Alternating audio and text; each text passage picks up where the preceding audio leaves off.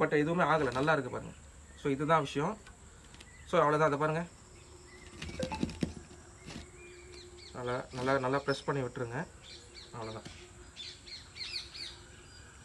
இப்போ என்ன தண்ணி ஊற்றினா என்ன ஆகும்னாக்கா, இப்போ தண்ணி நீங்கள் ஊற்றுறீங்க பார்த்தீங்கன்னா, இப்போ நம்ம மண்ணை நம்ம உதிரியாக அடித்து போட்டிருக்கோம். வேறு என்ன ஆகும்னாக்கா, தண்ணி போயிட்டு அந்த ரூட்ஸை ஒன்று நசிக்கிடும்.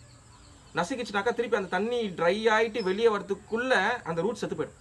அப்போ என்ன ஆகும், செடி வாங்கினது வேஸ்ட்டாக போச்சுன்னு சொல்லிட்டு நீங்கள் டிசப்பாயிண்ட் ஆகிடுங்க. ஸோ இதுதான் நடக்கும். ஸோ இப்போ பாருங்கள், அழகாக அந்த இதுலேருந்து எடுத்துட்டு ஒரு தொட்டியில் வச்சோன்னா எவ்வளோ அழகாகிடுச்சு பாருங்கள்.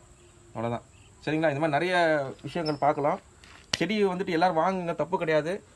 என்ன செடி வாங்கி வைக்க அதுக்கான ப்ரொசீஜர் இருந்தால் மட்டும்தான் உங்களுக்கு அழகு கொடுக்கும். உங்களுக்கு இடம் எப்படி இருக்கோ அதுக்கேற்ற மாதிரி செடிங்க வாங்கிக்கோங்க. எல்லா செடியும் வாங்கிட்டு எல்லாத்தையும் இட வசதி இல்லாமல் வச்சுட்டினாக்கா அது உங்களுக்கு பேர்டன் தான், வாங்கிட்டு கஷ்டம் தான் பண்ணணும். என்ன செடி அழகாக இருக்கோ, உங்களுக்கு பார்க்கறதுக்கு எது குளிர்ச்சியாக இருக்குது, நீங்கள் ஒரு நர்சரிக்கு போகிறீங்க, ஒரு செடி உங்களுக்கு அட்மைர் பண்ணுறீங்க, பிடிச்சிருக்குனாக்கா அந்த செடி எடுத்துக்கோங்க.